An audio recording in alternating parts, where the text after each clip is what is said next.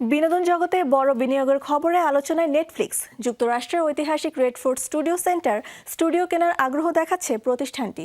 আর্থিক সংকটে পড়া এই স্টুডিও এখন নতুন ক্রেতার খোঁজে রয়েছে। বিস্তারিত নিয়ে থাকছে এবারের প্রতিবেদন।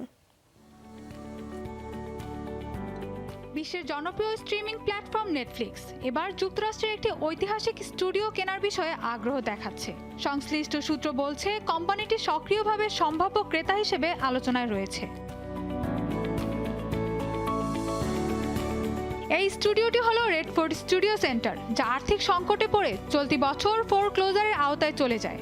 ফলে বর্তমানে এর মালিকানা হস্তান্তরের প্রক্রিয়া চলছে এবং নতুন বিনিয়োগকারীদের সঙ্গে আলোচনা করা হচ্ছে।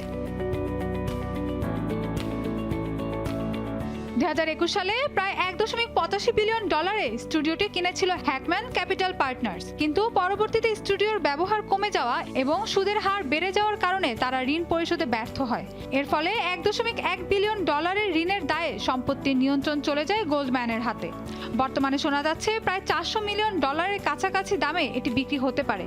যদিও নেটফ্লিক্স, গোল্ডম্যান বা হ্যাকম্যান কেউই আনুষ্ঠানিকভাবে এই বিষয়ে কোনো মন্তব্য করেননি।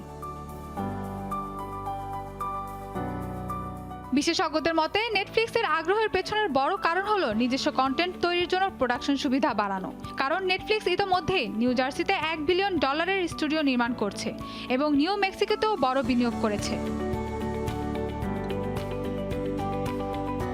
1928 সালে নির্মিত 55 একরের এই স্টুডিওটি আধুনিকায়নের প্রয়োজন রয়েছে। তবে যদি নেটফ্লিক্স এটি কিনে নেয়, তাহলে নতুন করে বিনিয়োগের মাধ্যমে এটিকে আধুনিক প্রোডাকশন হাবে রূপান্তর দেওয়ার সম্ভাবনা তৈরি হবে। সব মিলিয়ে নেটফ্লিক্সের এই আগ্রহ হলিউডে তাদের প্রভাব আরও বাড়ানোর কৌশলের অংশ হিসেবে দেখা হচ্ছে। Mahbuba Mustarin, showbiz tonight.